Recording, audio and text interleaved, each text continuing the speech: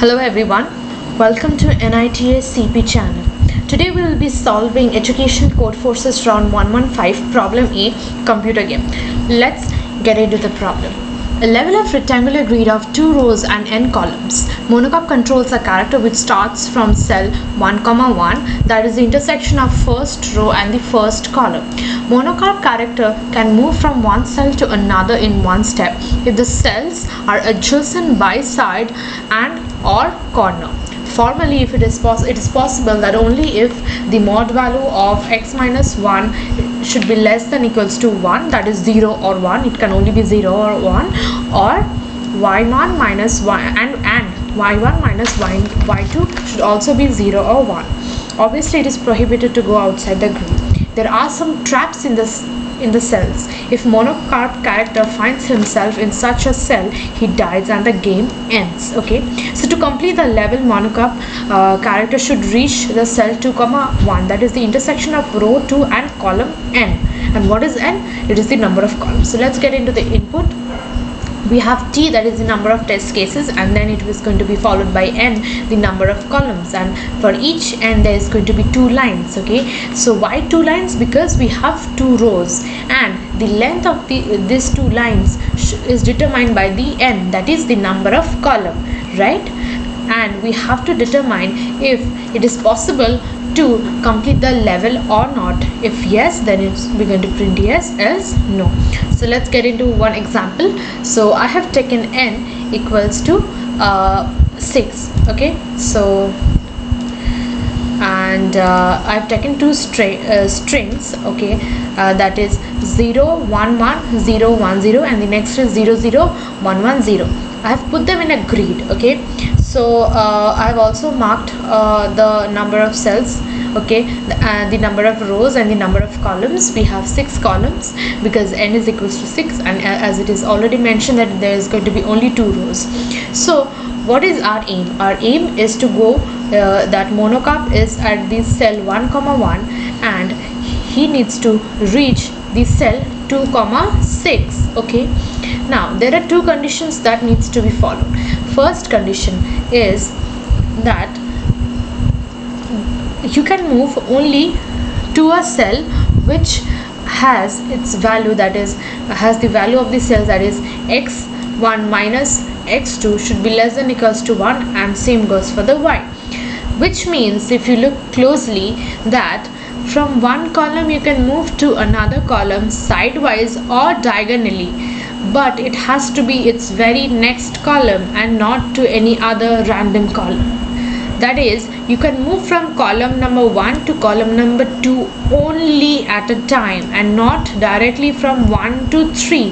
That is prohibited. You can't do that. Okay, same goes for 2 can from column number 2 you can move only to column number 3, not to 1, not to 4, not to 5 and not to 6. Okay, same goes for all. The second condition is that 0 in a string determines that it is safe to move to that cell, and 1 determines that it is unsafe to move to that cell. So in case Monocop lands into a cell which has 1, then it dies and the game ends. Okay, so let's get with this example. So first we are at 1, 1. We can only move to 2, 1 or 2, 2. But since 2, 1 has 1, so Monocop is going to move to 2, 2, right? So from 2, 2 we have another option, that is to 3, 1 or 3, 2. 3, 1 has 1, we can move there, so 3, 2, right? The next we can move to 4, 1. Next we can move to 5, 1 or 5, 2. But we have 1 over here which determines that it is dangerous.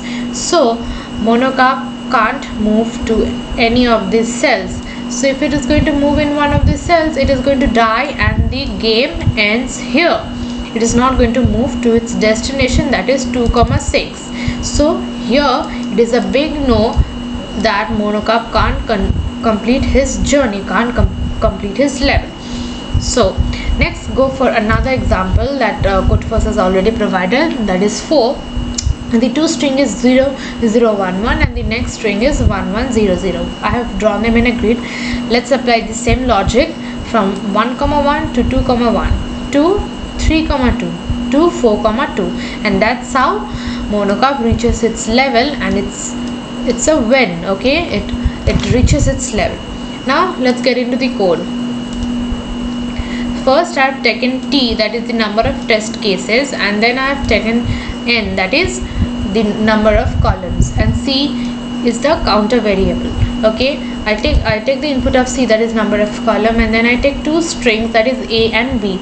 Okay, now I'm going to iterate the loop and check if we are having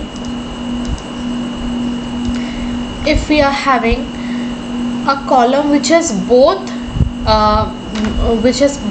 the rows 1 comma 1, because that is, in that case, the monocarp is not going to be left with any option to move further.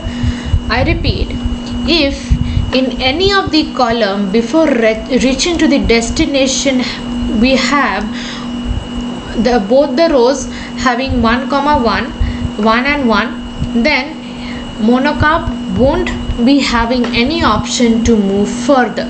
That's what we are going to check, that if any column is having both of its row 1 and 1. Okay, so I have taken the loop from 1 to length. You could have also written 1 less than n or 1 less than b dot length, but I have written I'm sorry, I just said it wrong. The loop is going to count from I equals to 0 to I less than a dot length. Okay, you could have also written I less than n, that is the number of column, because obviously it has been written that the length of the a and b, that is the two string, is going to be n, that is the number of columns. So we're going to check if we are having ai equals 1 and bi equals 1. If that satisfies the counter variable increments, and then coming out of the loop we check if the counter variable is greater than 0, that is even 1 2 or whatsoever, then we're going to count, then we are going to output no, else it's going to be yes. So that was a really easy problem. I hope you understood, and in case you have any suggestion, do drop that down in comment box, and thank you.